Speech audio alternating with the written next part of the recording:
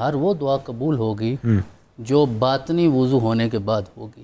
کیا بات ہے. یعنی آپ کا باطن پاک ہوگا، جس طرح کہ نبی اکرم علیہ تحیت و ثنا نے فرمایا حضرت سعد بن ابی وقاص کو جی کہ انہوں نے عرض کیا آقا کہ میں مستجاب الدعوات ہونا چاہتا ہوں. ٹھیک ہے. تو آپ نے فرمایا اطب مطعمہ کا تکن مستجاب الدعوات، کہ اپنے کھانے کو پاک کر لو، ہر لقمہ حلال ہونا چاہیے، اس کے بعد جو بھی دعا کرو گے میرا رب قبول فرمائے. سبحان اللہ. حضرت ابراہیم بن ادم سے رحمۃ اللہ علیہ سے پوچھا گیا کہ اسم اعظم کیا ہے؟ تو آپ نے ارشاد فرمایا اسم اعظم تو کوئی نہیں ہے، اپنے معدے کو پاک رکھو، ہر لقمہ حلال جانا چاہیے، اس کے بعد جو بھی نام لوگے وہ اسم اعظم بن کیا جائے. بات ہے، کیا بات ہے. تو لہذا حضرت باجزید سے کسی نے پوچھا نا اسم اعظم کیا ہے، انہوں نے فرمایا مجھے اسم اصغر بتا دو، میں تمہیں اسم اعظم بتا دیتا ہوں. اللہ کا تو کوئی نام چھوٹا نہیں ہو سکتا. آپ نے بڑی پیاری بات فرمائی کہ معدے کو پاک کر لو، ہر اسم اعظم ہے. سبحان اللہ. اور یہی آج کا مسئلہ ہے. اور آپ نے جو ابتداءً انٹرو میں کہا نا 4 لوگوں کے آج کی رات بھی بخشش نہیں ہوتی، سبحان اللہ. تو یہ جملہ سب سے زیادہ اللہ کی خشیت اور خوف اچھا ڈاکٹر صاحب آپ نے کمال بات کی. میں یہی سوچ رہا تھا کہ یہ جو آپ نے باطنی وضو کی بات کی، یہ کہ اس سے تو نہیں جڑتی، آپ نے جوڑ دی ماشاءاللہ. بالکل ایسے کہ اصل غلط تو کینہ ہے. دیکھیں حضور والا، باقی جو 3 چیزیں آپ نے بیان فرمائی اس کے لیے تو بڑا حوصلہ چاہیے نا. اچھا اس کی جڑ بھی تو یہی ہے. جڑ تو یہی ہے، لیکن یہ ہر دوسرا بندہ اس بیماری میں مبتلا ہے. فی قلوبہم مرض، اب وہ دلوں کا مرض ہے. رسول اکرم نے ارشاد فرمایا کہ وہ ہے نا گوشت کا لوتھڑا، درست ہو گیا سارا جسم ہو گیا، فساد ہو گیا تو سارا جسم میں فاسد ہو گیا. تو پوچھا گیا آقا کیا ہے؟ تو آپ نے ارشاد فرمایا دل ہے. تو ہمارے جسمانی امراض کی بنیاد بھی یہ ہے اور روحانی امراض کی بنیاد بھی یہ ہے. تو اللہ پاک ہمارے دل کو پاک فرمائے. ہماری ماں ام المومنین جناب عائشہ صدیقہ رضی اللہ تعالیٰ عنہ نے رسول اکرم کی بارگاہ میں عرض کیا کہ آقا ارشاد فرمائے اگر لیلۃ القدر مل جائے تو پھر کون سے خاص لفظ ہیں جن کے ساتھ اللہ کریم کی بارگاہ میں دعا کروں؟ تو آقا نے ارشاد فرمایا یہ کہا کرو اللہم انکا عفو کریم تحب العفو فاعف عنی یا غفور یا غفور یا غفور. یا میرے مولا تو ہے ہی معافی عطا فرمانے والا، اور تو کریم عفو کریم کی دونوں مرکبات کو بیان فرمایا ہے نا کہ تو کرم فرمانے والا ہے، تو اس سے زیادہ کرم فرمانے والا بھی کوئی نہیں، اور تو اس سے زیادہ بخشش عطا فرمانے والا بھی کوئی نہیں. ہمیں معاف فرما، تو غفور ہے، تو معاف فرمانے والا ہے.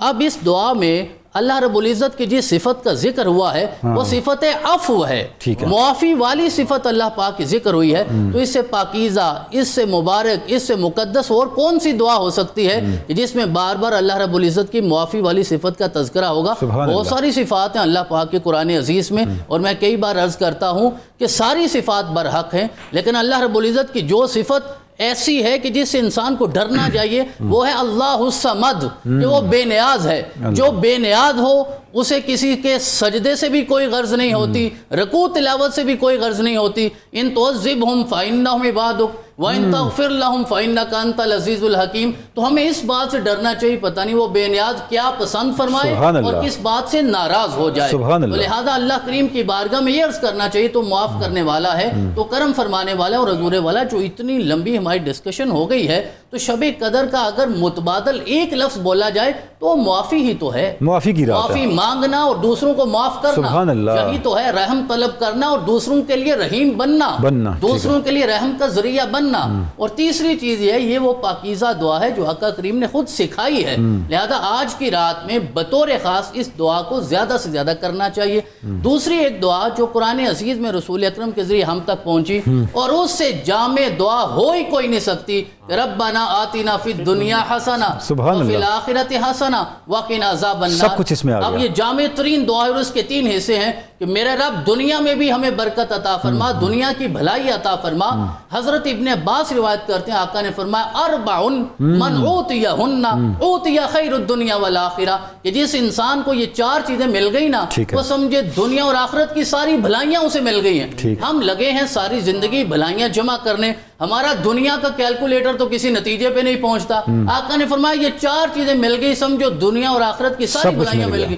قلبا شاکرا ولسانا ذاکرا وبدنا علی البلاء صابرا. اور چوتھی بہت اہم ہے وزوجتا لا تبتغی حوبا فی نفسہ ولا مالہ، کہ یہ بات یاد رکھنی چاہیے. یہ 4 چیزیں کون سی ہیں؟ دل وہ جو اللہ کا شکر کرنے والا ہو، زبان وہ جو اللہ کا ذکر کرنے والی ہو، اور بدن وہ جو مصیبتوں پہ صبر کرنے والا ہو، اور شریکہ حیات یا شریک حیات ایسا ہو کہ جو ایک دوسرے کے مال یا نفس کا لالچ نہ رکھتا ہو اور اللہ کی طرف سے دیے ہوئے حقوق اور فرائض کا خیال رکھنے والا ہو، اب اسے اور کیا چاہیے؟ جسے گھر میں بھی میرے رب نے یہ سکون کی نعمت عطا فرما دی ہے۔ ہم سارے جنت لینا چاہتے ہیں حضور والا قبلہ شاہ صاحب، ڈاکٹر صاحب ہم سارے جنت لینا چاہتے ہیں، یہی جنت ہے، لیکن حضور وہ جنت لینا چاہتے ہیں جو مر کے ملے گی، تو اس کے لیے مرنا پڑتا ہے۔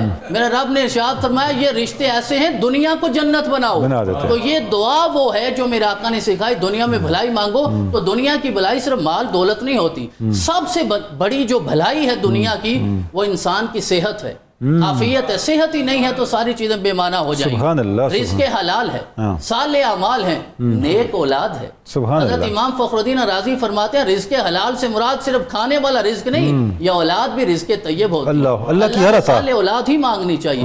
دوسرا حصہ ہے کہ آخرت کی بھلائی، تو آخرت کی بھلائی کیا ہے؟ سب سے پہلے کہ اللہ راضی ہو جائے، رسول اکرم کا دیدار نصیب ہو جائے، شفاعت نصیب ہو جائے، جنت کی نعمتیں مل جائیں، جنت میں رسول اکرم کی رفاقت نصیب ہو جائے، اور آخری حصہ یہ ہے کہ واقعنا عذاب النار۔ ایسا نہیں ہے کہ دنیا کی بھلائی مل گئی، آخرت کی بھلائی مل گئی، بات ختم ہوگی، نہیں، جب تک جہنم کے عذاب سے میرے رب نے محفوظ نہ فرمایا تو یہ دعا مکمل نہیں ہوتی۔ اور آخری جملہ یہ ہے، جناب ابو ہریرہ روایت کرتے ہیں کہ رسول اکرم یہ دعا کیا کرتے تھے، اللہم انی اعوذ بک من الاربع، من علم لا ينفع، ومن قلب لا یخشع، ومن نفس لا تشبع، ومن دعاء لا یسمع۔ مولا چار چیزوں کی پناہ، رسول اللہ پناہ مانگ رہے ہیں۔ علم ایسا نہ دینا جو نفع مند نہ ہو، دل ایسا نہ ہو جو ڈرنے والا نہ ہو، نفس ایسا نہ ہو جو کبھی سیر ہی نہ ہو، اور ایسی دعا منہ سے ہی نہ نکلے جسے قبول نہ ہو، قبول نہ ہو۔ سبحان اللہ، سبحان اللہ۔